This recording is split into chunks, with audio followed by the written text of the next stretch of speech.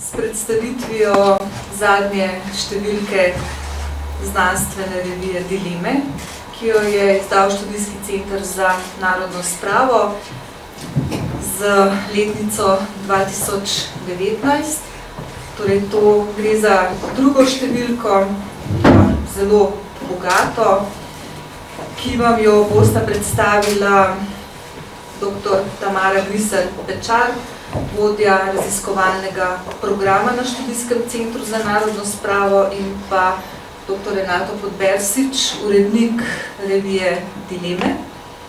Meni preostane samo to, da ob predstavitvi te številke delim z vami nekaj misli o tem projektu Študijskega centra za narodno spravo, ki se je nekako spočel v letu 2017, ko smo na sestanku programske skupine ugotavljali, da v slovenskem prostoru revije, ki bi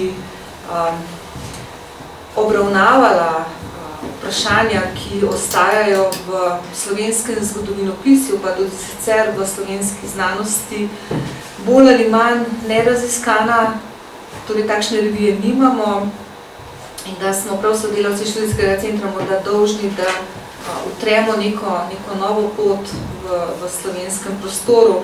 In zato smo se odločili za ta projekt.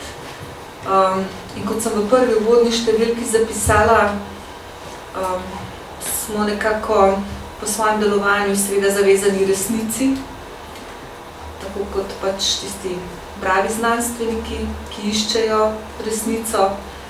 In to smo tudi zapisali, da želimo stopati po poti resnicoljubnosti, verodostojnosti, in mislim, da nam je to v 3 letih s revijo Dileme uspelo. Ne samo, da v njej objavljajo torej, naši raziskovalci, ampak v njej objavljajo tudi mnogi slovenski in tudi tuji znanstveniki, pa ne samo zgodovinarji, ampak tudi teologi, tudi filozofi, sociologi, skratka vsi, ki poskušajo v slovensko in tudi širšo javnost plasirati nova spoznanja strok o vprašanjih, ki se tičejo 3 totalitarizmov, ki so prizadeli Slovence v 20. stoletju. Rada bi se samo zahvalila seveda glavnemu uredniku, dr. Podbersiču, ki vodi ekipo, ki vodi uredniški odbor in ki je marsičem zaslužen, da v tej reviji objavljajo mnogi ugledni raziskovalci. Posebej naj omenim, da so bile 3 številke dilem posvečene našim 3 torej ljudem, ki jih še posebej cenimo, spoštujemo in ki so zaslužni, da je Študijski center zrasel v institucijo, ki je pomembna. Tukaj z nami je dr. Milko Mikola, ki posebej lepo pozdravljam, prvi direktor Študijskega centra za narodno spravo. Tukaj z nami je dr. Griser-Pečarjeva in še tretji, ki smo mu namenili posebno številko, pa dr. Lovro Šturm. Rada bi se posebej zahvalila še oblikovalki te revije, gospe Bredi Šturm, in pa vsem, ki pač na tak ali drugačen način pomagate, ne samo pri dilemah, ampak tudi sicer nas podpirate in ste naši prijatelji. Še enkrat lepo dobrodošli in predajam besedo vama. Vse prav lepo pozdravljam. Pred nami je že, tudi jaz se bom bolj osredotočila na splošno, ker natančno revijo bo predstavil naš glavni urednik. Pred nami je že 5 številk revije Dileme, ki jo Študijski center, kot smo že slišali, začel izdajati leta 2017 namenom, kot je takrat napisala v uvodu dr. Valid Svet, da bo odpirala vprašanja, ki v strokovni in javni govorici še niso našla enoznačnega odgovora ali bila deležna ustrezne pozornosti. Obravnavala naj bi seveda tudi teme, ki še danes razdvajajo slovenski narod, oziroma ki so bile prepovedane, nekateri bi to tradicijo kar radi nadaljevali.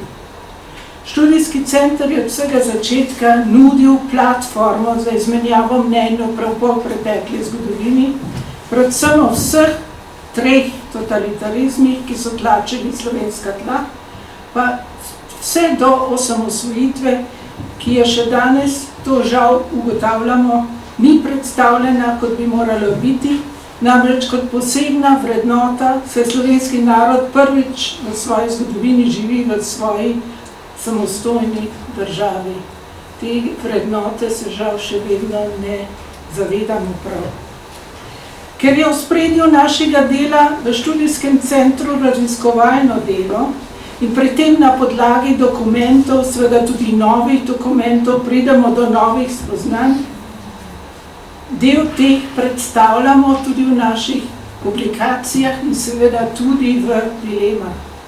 Seveda pa v reviji ne objavljamo samo mi sami, revija je odprta za širok krog zgodovinarjev, sociologov, teologov, juristov, vseh tistih, ki raziskujejo po pravilih in na podlagi strokovnih kriterijev znanstvenih ved in ne določene ideologije. Vsemu temu, kar sem zdaj rekla, služi sedaj tudi naša revija, tudi zadnja številka. Se bo letos izhaja že 4. leto in pripravljamo zdaj že naslednjo številko. Sem prepričana, da ima dr. Podbersič celo število predlogov za to novo številko. Seveda pa ni čisto tako enostavno na noge postaviti novo revijo. Potrebno je veliko truda, potrebni so dobri stalni kontakti do različnih kolegov, tudi seveda čez meje, to moramo še intenzivirati. Potrebno je zaupanje teh kolegov v naše delo in v našo integriteto. Seveda pa je potrebno ta krog neprestano ohranjati in širiti. Tako je v našem uredniškem odboru zdaj tudi hrvaška znanstvenica, dr. Marica Karakaš-Obradov, pa mogoče bo se še kdo pridružil, če bomo še nadaljevali to delo. Levji del dela, ogromnega dela okoli dilem, je prevzel in opravil dr. Renato Podberšič, ki je njen glavni urednik, in zato mu je potrebno izreči vso priznanje. Vsebinsko Renato pa boš ti zdaj predstavil, prosim, zadnjo številko. Hvala, Tamara, za lepe besede. Hvala vsem, ki ste prišli na to predstavitev vseh 5 številk, posebej morda zadnje. Res je, kar nekaj dela je bilo vloženega v to, da je stopila pred bralce že 5. številka, 5. posamična številka. Kot je bilo rečeno, dileme so išle najprej v letu 2017, dvojna številka, potem 2 številki 2018 in 2 številki v letu 2019. V pripravi je prva številka za 2020.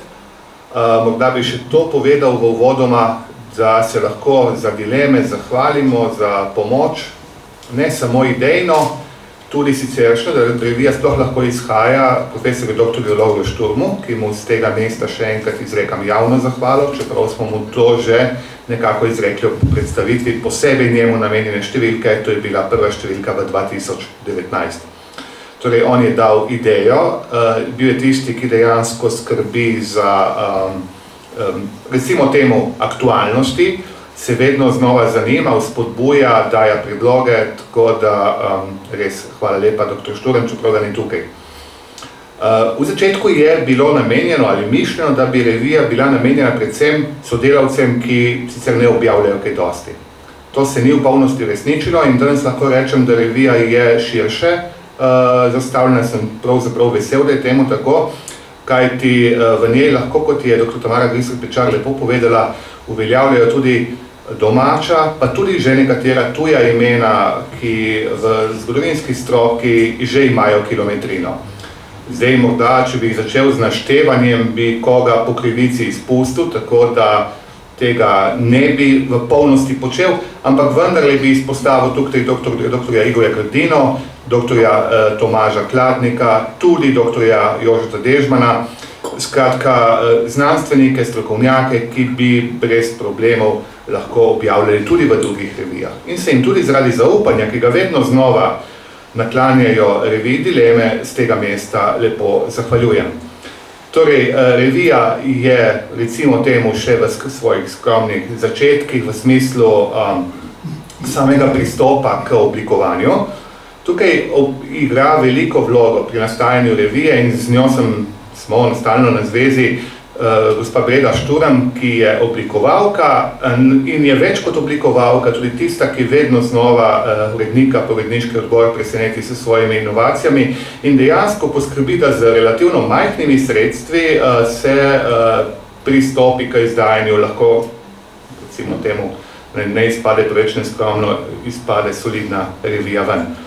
Torej, knjiga oziroma revija nima slik, razen redkih izjem črno-belih, ker bi to podražalo samo izdajanje.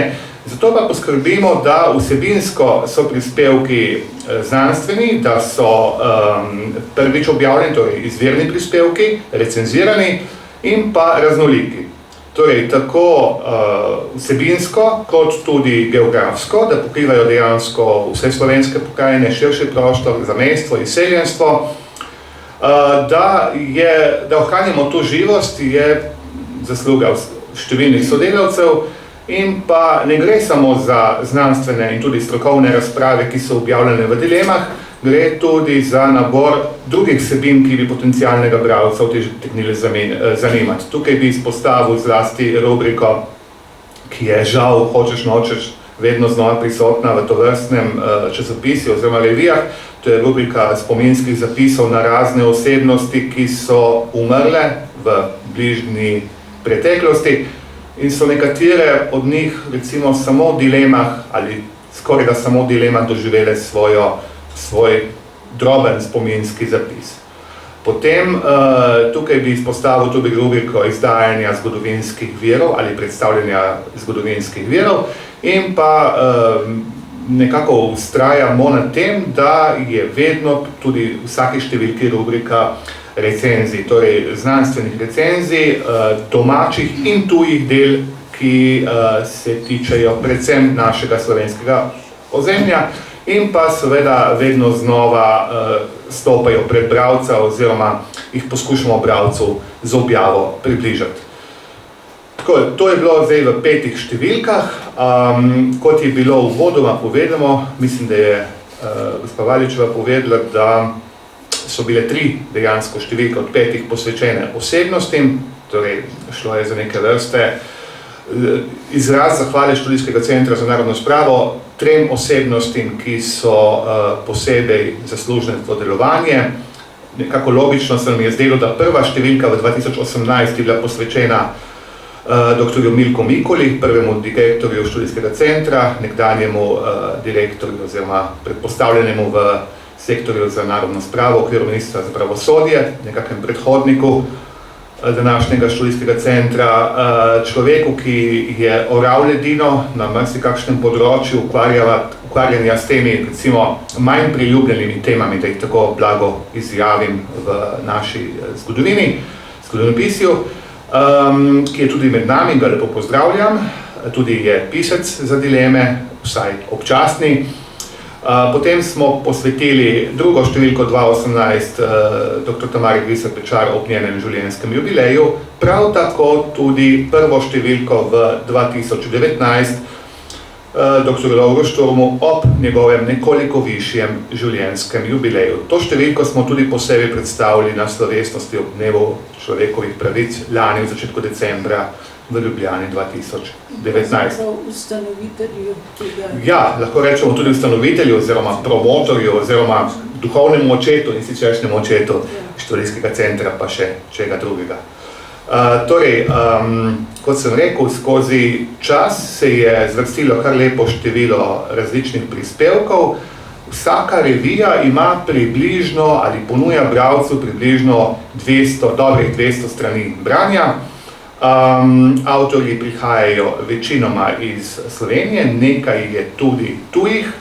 Tuje avtorje smo se odločili objavljamo v angleščini. Prav v zadnji številki bi posebej izpostavil dr. Francesco Meneghetti, ki prihaja iz Trevisa, je Italijanka, je napisala zelo dober prispevek o slovenski vzajemnosti, pomoči v fašističnem taborišču Monigo pri Trevisu med drugo svetovno vojno, torej predvsem v letih 42-43, in je obljubila, da bo z nami še sodelovala. Torej, če gremo na samo vsebino, revija sama je dostopna tudi, če že kdo želijo nabaviti zunaj v predsobi. Nekateri vidim tukaj, ki ste med nami, jo že poznate, jo že uporabljate, oziroma ste tudi že izrazili navdušenje izhajanjem samim.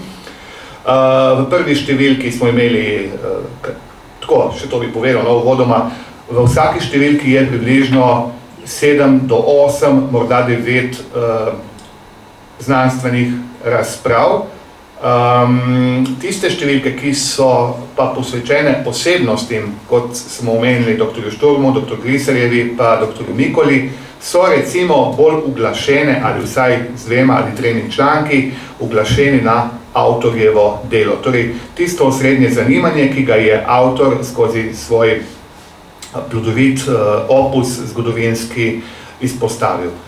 V prvi številki smo imeli uvodnik dr. Valičeve, potem Igor Grdina, Damjan Hančič, moj prispevek, Jože Dežman, pa Tamara Griser-Pečar, Mateja Čoh in Neža Strajnar ter Jelka Piškorič. Ko omenjam ta imena, bi se posebej zahvalil še kolegom iz uredniškega odbora, zlasti dr. Jelki Piškorič in pa dr. Damjanu Hančiču, ki vedno znova znata uredniku pomagati, ne samo z nasveti, tudi z branjem, tudi s korekcijami, pa seveda z drobnimi nasveti, da se trudimo, da je številka dobra, da je solidna, da prihaja lep izdelek prebralca, se pa strinjam, da vsak, ki dela tudi kaj zgreši, tako tudi v dilemah, tudi sam sem jih že najdel, boste našli kakšne, recimo temu, napakice. Druga številka je bila posvečena dr. Mikoli, tukaj je lep uvodnik pripravila kolegica Mateja Čoh-Gladnik, spet uvodnik oziroma uvodni članek dr. Grdina, potem Damjan Hančič, dr. Mikola, ki je pisal v svojem prispevku, v svojem zborniku, je pisal o mladoletnih obsojencih v Sloveniji v obdobju po drugi svetovni vojni, tak edinstven članek. Potem dr. David Petelin, ki nam zelo pogosto priskoči na pomoč, recimo temu s članki iz Ljubljane v polpretekli zgodovini, torej v 20. stoletju. Omenili smo že tega, ne bi posebej, da vsaka številka ima na koncu tudi seveda svoje recenzije, ki jih lahko berete v časopisu. Tretja številka je bila posvečena dr. Tamari Griser-Pečar, kar je bilo že povedano. Uvodnik je napisala dr. Andreja Valic-Zvir. Potem prispevke so prispevali dr. Milko Mikola o znani celjski industrialski družini Vesten, potem Mirjam Dujo-Jurjočič, Miha Drobnič, zelo zanimiv članek, ko se človeku zdi, da vse ve o taborišču Šentvid. Miha Drobnič je to dejansko nadgradil svojo magistrsko nalogo in na podlagi dokumentov novih, predvsem pa pričevanj, napisal imeniten članek o sicer zelo žalostni temi. Damjan Hančič je pisal o odnosu Kamniške partije do katoliške cerkve in Jelka Piškorič se ukvarjala z upravno enoto Ljubljana v polpretekli zgodovini v času socializma. Potem je bila prva številka v 2019, torej tako imenovana Šturmova številka. Uvodnik je pripravil dolgoletni kolega in sodelavec dr. Šturma, dr. Janez Krajnc. Potem so bile razprave Andreja Nagliča, Blaža Ivanca, zelo dobra razprava, ki se tiče pravno-filozofske zgodovine. Obdelal je dva skorajda pozabljena pravna filozofa, Milana Komarja in pa Spektorskega. Potem razprava, zelo zanimiva, tudi avtorsko delo, narejeno po virih, o nasilju na širšem cerkniškem področju, ki ga je pripravila kolegica Mirjam Dujo-Jurječič. Potem je dr. Mateja Čoh-Kladnik pripravila prispevek o Francu Klaru, Tamara Giser-Pečar o krivičnih procesih po drugi svetovni vojni, prispevek je bil napisan v angleščini, in pa zanimiv članek, ki je tudi sprožil nekaj debat dr. Igorja Grdine o zgodovinopisju kot sredstvu za ohranjanje oblasti. In potem zadnja številka, ki je morda zanimiva, da ji posvetimo nekoliko več prostora, ker je prvič predstavljena. Gre za številko, ki je išla ob koncu leta 2019, napisala uvodnik je dr. Jelka Piškorič.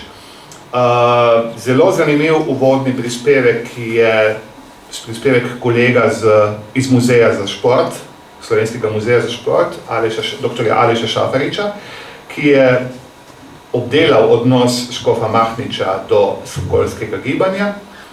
Bil je že omenjen prispevek v angleščini dr. Francesche Meneghetti, zgodovinarke iz Treviza.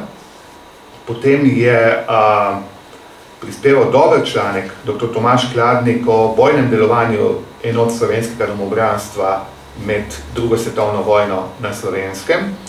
Prispevek, ki je nastal na podlagi seveda novih zgodovinskih virov. Potem je prispevek gospoda dr. Ivana Richteriča, ki govori o osebnem primeru Ivana Štrafele in njegovem preganjanju od strani Udbe po vojni na področju Gornje Radgone. Potem dr. David Petelin je napisal prispevek o dejansko upravni razdelitvi ljubljanskih občin po drugi svetovni vojni. In pa potem na koncu še prispevek Metoda Brleca in dr. Matevža Tomšiča o elitah in nacionalni državi v sodobnem času, prispevek je seveda bolj sociološke narave. In nenazadnje kolega dr. Damjan Hančič je pripravil prispevek na podlagi novo odkritih zgodovinskih virov, in sicer odzivi na Titovo pismo iz leta 1972 na področju tedanje občine Kamnik. Prispevek zaključuje spominski zapis o Ralfu Preismillerju, ki ga je napisala dr. Tamara Giser-Pečar. Gre za spominski zapis osebnosti, ki je pri nas malo manj znana, ampak je vendarle veliko storila za slovensko stvar, recimo v času osamosvajanja.